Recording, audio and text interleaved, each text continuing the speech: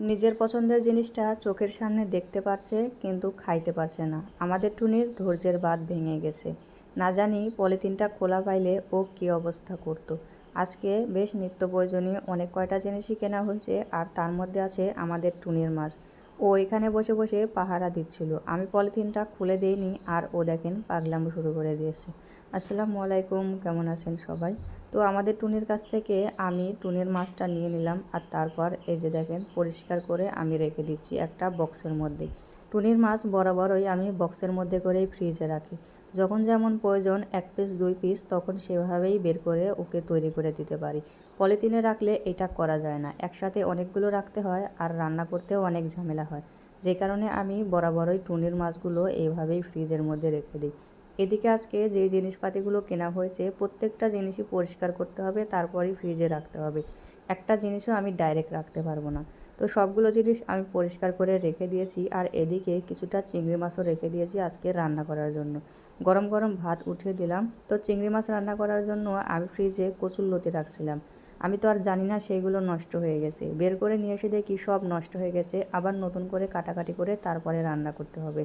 বাজার থেকে যেইগুলো নিয়ে আসছিল সেইগুলোই কাটাকাটি করতে বসে গেছি। আর এদিকে আমার ছেলে আর মেয়ে দুইজনই দেখেন বসে বসে খেলা করছে। তো সুন্দর মতন আমি অনেকটাই কেটে নিয়েছি কচুরলতি, আর তারপরে এই যে দেখেন এখানে আমি মশলা কষিয়ে নিয়েছি। আজকে রান্না করার মতো কোনো শুকনা মরিচের গুঁড়া ছিল না, সব রান্নাই আজকে কাঁচামরিচ দিয়ে আমাকে করতে হবে। এখানে কাঁচামরিচ বাটাও দিয়েছি, আবার আমি কেটেও দিয়েছি। চিংড়ি মাছের এই জিনিসটা আমার অনেক বেশি ভালো লাগে। এই যে দেখেন কষানো মশলার ভেতরে মাছ দেওয়ার সাথে সাথেই সুন্দর লাল হয়ে যায়, এত সুন্দর একটা কালার আসে। তো আমি তো এটা দেখে নিজেকে আর কন্ট্রোলই করতে পারছিলাম না, মনে হচ্ছিল যেন এইভাবেই খেয়ে নেই।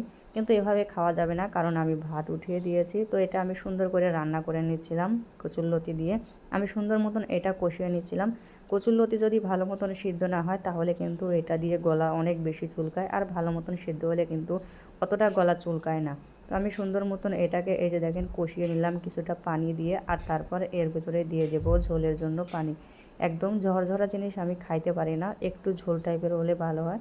তো বেশ অনেকটা পরিমাণেই আমি এর মধ্যে পানি দিয়ে দিলাম। আর এই যে দেখেন শুধু কাঁচামরিচ দেওয়ার কারণে কালারটা দেখেন অনেক সুন্দর আসছে কিন্তু আজকের তরকারি। তো আমি পানি দিয়ে দিলাম, আর তারপর এটাকে আমি ঢাকনা দিয়ে ঢেকে দেব।